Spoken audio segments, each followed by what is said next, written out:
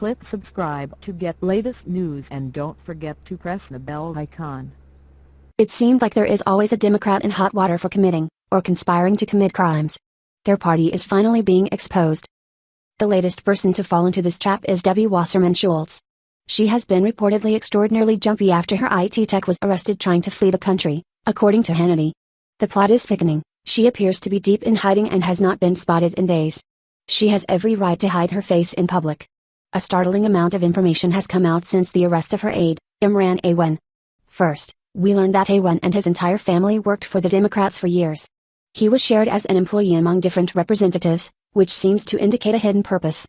Back in March, all other Democrats let the family go. Only Wasserman Schultz kept Imran on her payroll until the day he was arrested. According to Dennis Michael Lynch, it started when Awan destroyed data and devices stolen from the DNC. Police found smashed routers, laptops, and hard drives at his former home. He then wired $300,000 to himself in Pakistan, before attempting to flee with his wife. Between the two of them, they had another $24,000 worth of cash and possessions.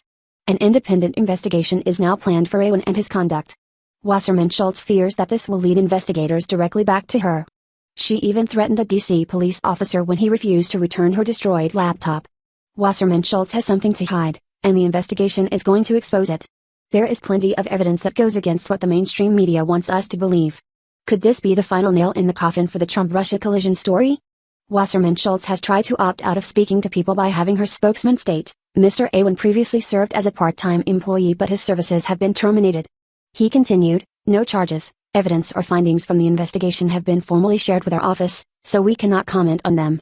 The statement contains some strange language.